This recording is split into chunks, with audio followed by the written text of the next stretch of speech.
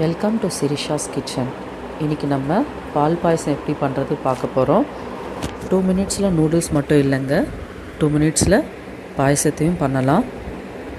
வீட்டில் இருக்கிற பொருளை வச்சு நம்ம பாயசம் பண்ணலாம்.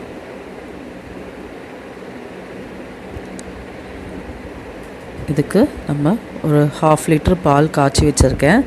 அது ஒரு மிக்ஸி ஜாரில் ஊற்றிட்டு, ஏற்கனவே வேக வச்ச சாதம் இருக்குது, அது ஒரு கப்பு ஆட் பண்ணிக்கிறேன்.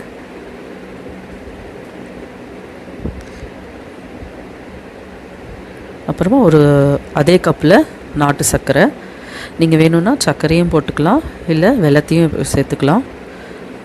4 ஏலக்காய். சும்மா மிக்சியில் லைட்டாக மிக்ஸ் பண்ணிக்கிற மாதிரி அடிச்சுக்கோங்க. இப்போ இது சூடு பண்ணிவிட்டு, நான் சுகர் ரொம்ப கம்மியாக தான் போட்டிருக்கேன், ஸ்வீட்டு ரொம்ப அதிகமாக போடலை. ஒரு கடாய் வச்சுட்டு அதில் நெய்யை ஊற்றி முந்திரி காஞ்ச திராட்சைவை நம்ம வறுத்துட்டு சேர்த்துட்டோன்னா நம்மளுக்கு பாயசம் ரெடி ஆகிடும்.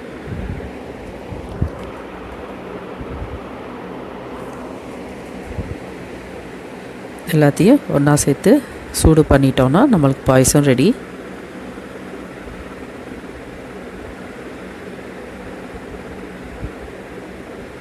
சுவையான பால் பாயாசம் ரெடி ஆகிடுச்சு. உங்களுக்கு இந்த வீடியோ பிடிச்சிருந்தால் லைக் பண்ணுங்கள், ஷேர் பண்ணுங்கள், சப்ஸ்கிரைப் பண்ணுங்கள். தேங்க்யூ.